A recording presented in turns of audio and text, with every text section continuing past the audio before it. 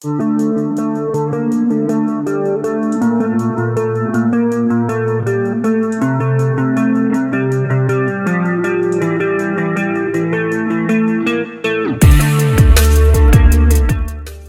Papandayan adalah gunung api stratovolcano yang terletak di Kabupaten Garut, Jawa Barat, tepatnya di Kecamatan Cisurupan. Gunung dengan ketinggian 2,665 meter di atas permukaan laut ini terletak sekitar 70 km sebelah tenggara kota Bandung. Gunung Papandayan mempunyai beberapa kawah yang terkenal, di antaranya Kawah Mas, Kawah Baru, Kawah Nangklak dan Kawah Manuk. Kawah-kawah tersebut mengeluarkan uap dari sisi dalamnya. Topografi di dalam kawasan curam, berbukit dan bergunung serta terdapat tebing yang terjal. Menurut klasifikasi Smith dan Ferguson termasuk tipe iklim B, dengan curah hujan rata-rata 3.000 mm per tahun, kelembapan udara 70 hingga 80% dan temperatur 10 derajat Celcius.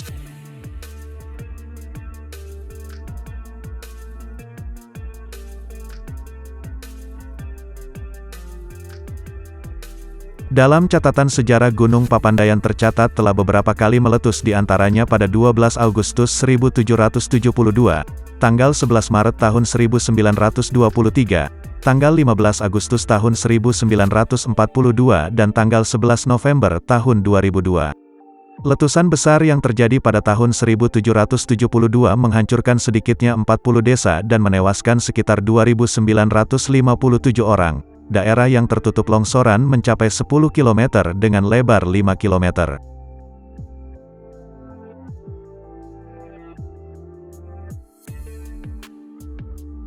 Pada tanggal 11 Maret tahun 1923 terjadi sedikitnya 7 kali erupsi di Kawah Baru dan didahului dengan gempa yang berpusat di Cisurupan. Dan pada tanggal 25 Januari tahun 1924 suhu Kawah Mas meningkat dari 364 derajat Celcius menjadi 500 derajat. Sebuah letusan lumpur dan batu terjadi di Kawah Mas dan Kawah Baru dan menghancurkan hutan, sementara letusan material hampir mencapai Cisurupan. Pada tanggal 21 Februari tahun 1925 letusan lumpur terjadi di Kawah Nangklak, dan pada tahun 1926 sebuah letusan kecil terjadi di Kawah Mas.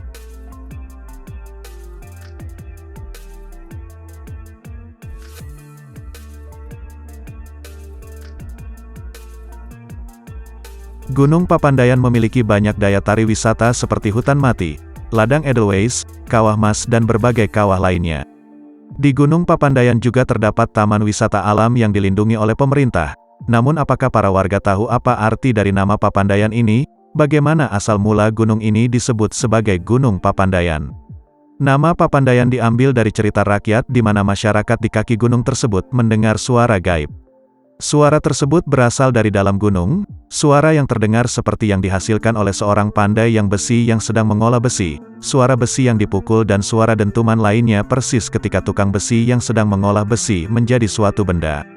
Karena suara itulah warga di kaki Gunung Papandayan memberi nama gunungnya dengan sebutan Gunung Papandayan yang diambil dari kata pandai atau pandai besi yakni orang yang mengolah besi. Ternyata suara tersebut bukanlah suara gaib melainkan suara yang berasal dari kawah Gunung Papandayan.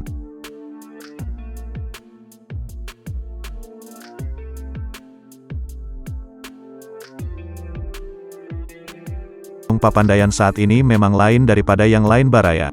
Tidak seperti yang kita kenal di gunung-gunung lainnya, saat kamu masih belum turun dari kendaraan kamu sudah tiba di pos 1. Lokasi pos 1 adalah gerbang utama yaitu pos pembayaran tiket, saat kamu diminta untuk membayar retribusi masuk.